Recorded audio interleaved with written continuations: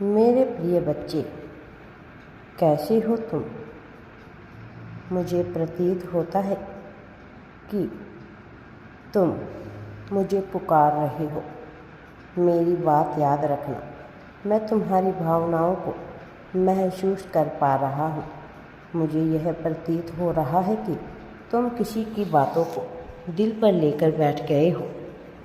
किसी व्यक्ति ने तुमसे ऐसी बातें कही है जो तुम्हें बिल्कुल भी अच्छी नहीं लगी, और वह व्यक्ति तुम्हारा कोई अपना ही है, जिस कारण तुम ना उस बात को भूल पा रहे हो, ना ही उस व्यक्ति को माफ़ कर पा रहे हो। तुम्हारे मन में बार बार एक ही सवाल उठ रहा है, आखिर तुम्हारी क्या गलती है? तुमने तो उसके साथ कोई गलत व्यवहार किया भी नहीं। मेरे बच्चे, तुम गलत समझ रहा है तो समझ लो कि उस समय तुम्हारा वक्त कमज़ोर था। अब समय तुम्हारे पक्ष में होगा, तब हर एक चीज़ की भरपाई होगी। मेरे बच्चे, एक बार हमेशा याद रखना कि इस संसार में तुम्हारा साथ देने वाला जब कोई नहीं होगा, तब मैं तुम्हारे साथ रहूँगा, क्योंकि तुमने ही मुझसे यह इच्छा व्यक्त की है कि मैं हमेशा तुम्हारे साथ रहूं। चाहे तुम मुझे भूल भी जाओ, लेकिन मैं तुम्हें नहीं भूलूं।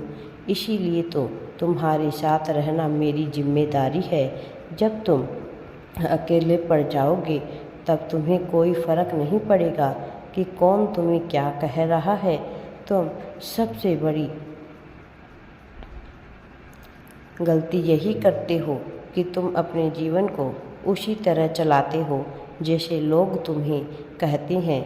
जीवन में खुश रहने के लिए हमें सबसे ज़्यादा ध्यान उस चीज़ पर देना चाहिए जो हमारे पास है, ना कि दूसरों के पास क्या है उस पर। ऐसा ज़रूरी नहीं है कि हर बार तुम्हारी कही बातों को हर कोई समझे। कई बार हालातों के अनुसार चुप रहना भी ज़रूरी होता है, क्योंकि तुम्हारे शब्दों में ऐसी ताकत है कि तुम्हारे मुँह में निकले एक एक शब्द तुम्हें 4 लोगों के सामने बहुत अच्छा भी बना सकता है और बुरा भी बना सकता है। इसलिए कुछ भी बोलो तो सोच समझ कर बोलो। तुम तो मेरे प्रिय भक्त हो, इसलिए तुम्हारा स्वभाव भी ऐसा होना चाहिए।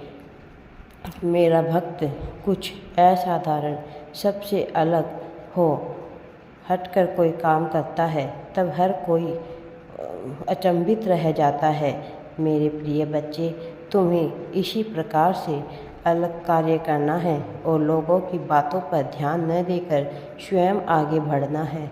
मैं तुम्हारे साथ हूँ, तुम्हारा कल्याण हो। मेरा आशीर्वाद सदैव तुम्हारे साथ है। हर हर महादेव जी।